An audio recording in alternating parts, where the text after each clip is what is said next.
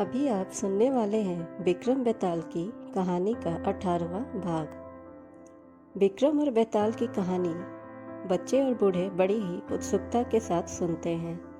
बेताल के द्वारा सुनाई गई सभी कहानियाँ बहुत ही रोचक और ज्ञानवर्धक होती हैं, जो बच्चों को अवश्य ही सुननी चाहिए। ऐसी ही ज्ञानवर्धक कहानियों के लिए आप हमारे चैनल को सब्सक्राइब कर लें और नोटिफिकेशन बेल जरूर दबाएं, ताकि आपको मेरी हर कहानी मिलती रहे। वीडियो को ज़्यादा से ज़्यादा लाइक एंड शेयर करें। कहानी का शीर्षक है विद्या क्यों नष्ट हुई। आगरा नगरी में एक राजा राज्य करता था। उसका नाम था अग्रसेन। राज्य में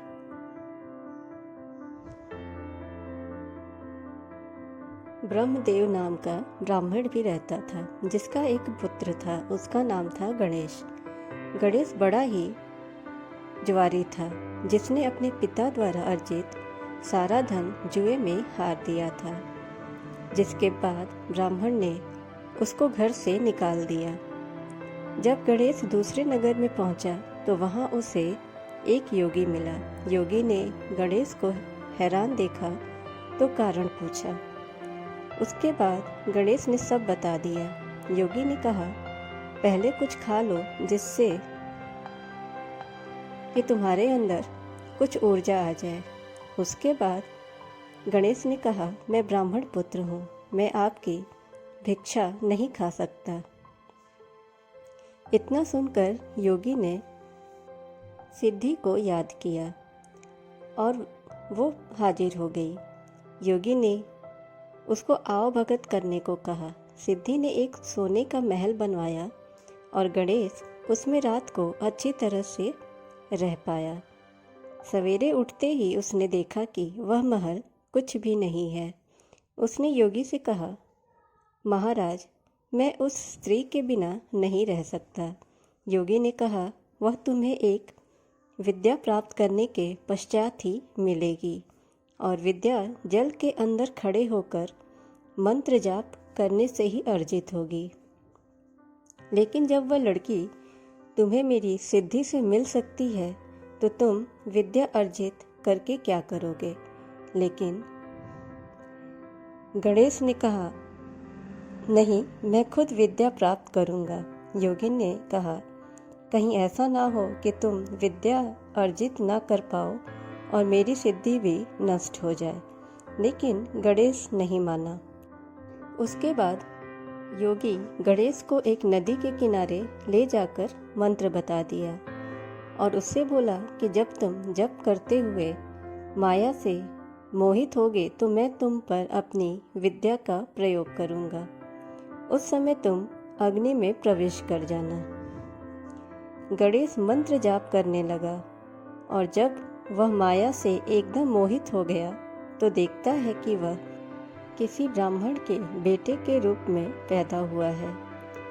उसका विवाह हो गया है और बाल बच्चे भी हो गए हैं, लेकिन वह अपने जन्म की बात भूल गया है।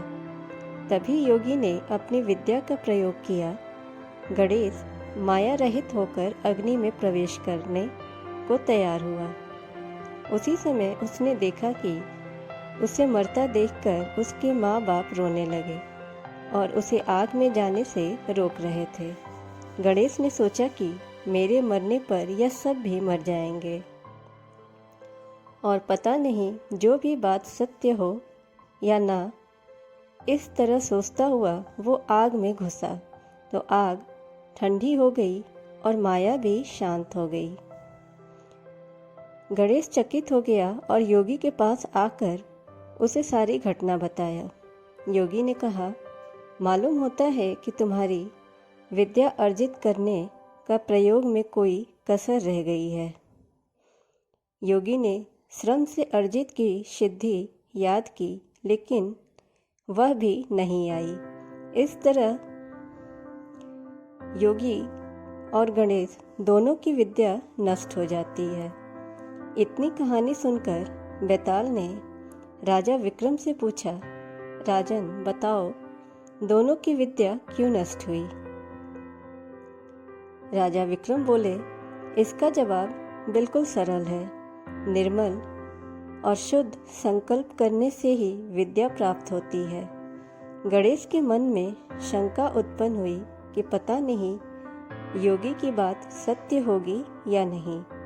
योगी की विद्या इसलिए नष्ट हुई कि उसने अपात्र व्यक्ति को अपनी विद्या दी।